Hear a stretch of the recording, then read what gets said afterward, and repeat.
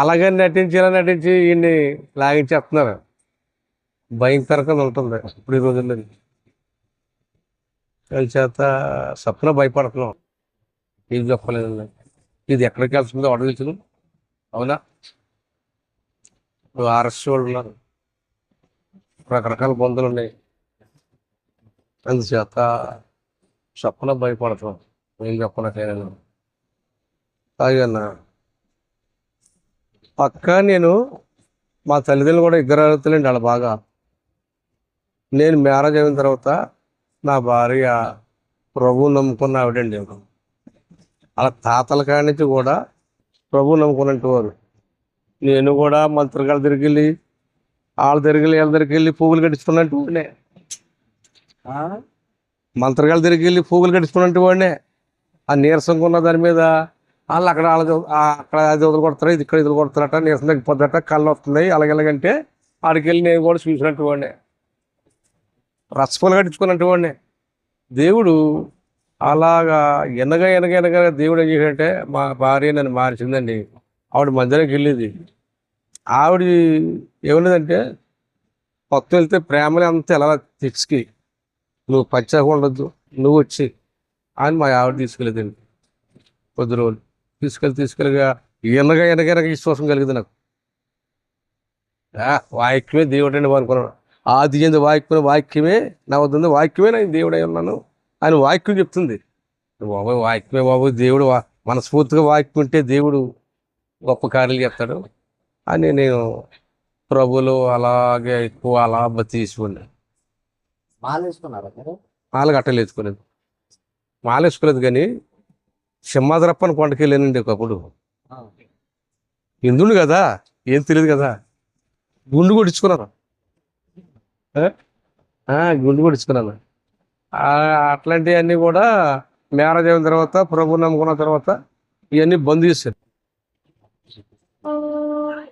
రిచ్చదొక్కిపోండి మంచి వయసులోనే మందు అలవాటు అన్నీ ఉన్నాయి.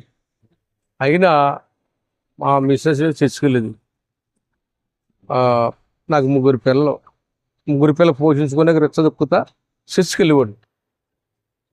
సండే రాబడికి చర్చికి పోయేవాడు.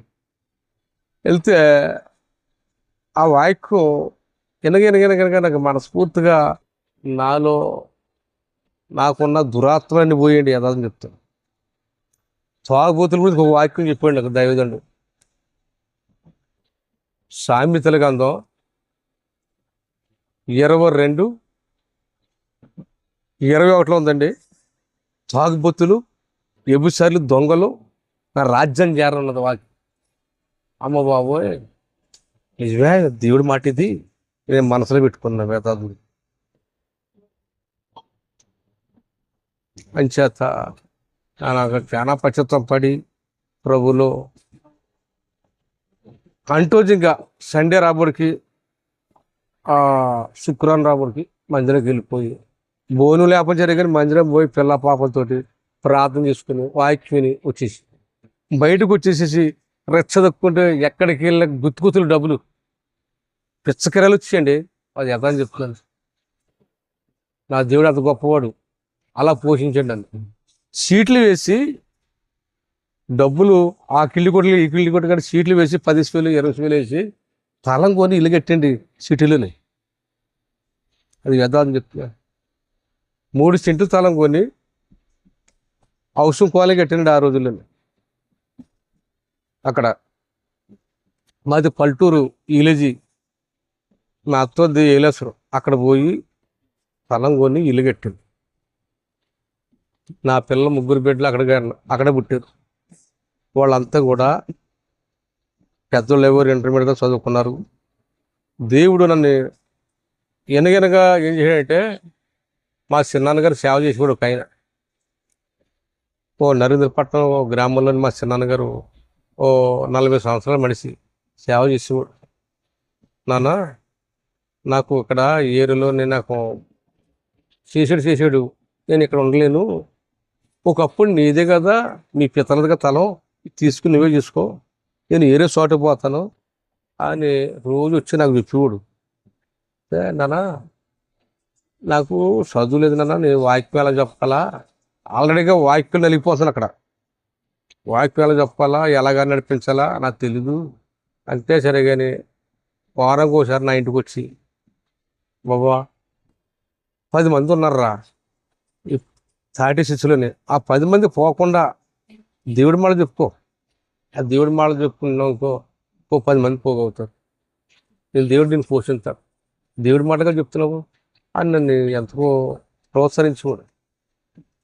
అతను చెప్పగా నేను అన్నను, నానా మనం సమర్పించకూడదు కాదు, దేవుడు వెళ్ళమంటేనే వెళ్ళాలా.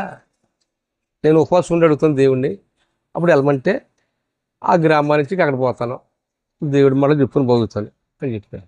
అంటే సరేనన్నా ఉపవాసం ఉంటాం, మరి ఏం చేస్తాం, మరి ఇంకొక వారం వస్తాను, అలాగే 6 వారాలు జరిపింది. నాతో మాట్లాడే దేవుడు. ఉపవాసం ఉన్నాను, ప్రార్థన చేశాను. లేదు మీకు గ్రామాలు ఉండొద్దు, నువ్వు ఎక్కడి నుంచి వచ్చావో అక్కడికి వెళ్ళిపో, నేను పోషిస్తాను, నేను వాక్యం చెప్పు, నా మాటలు చెప్పు అన్నాడు దేవుడు. వాక్యం ఏమంటుంది తెలుసా? నువ్వు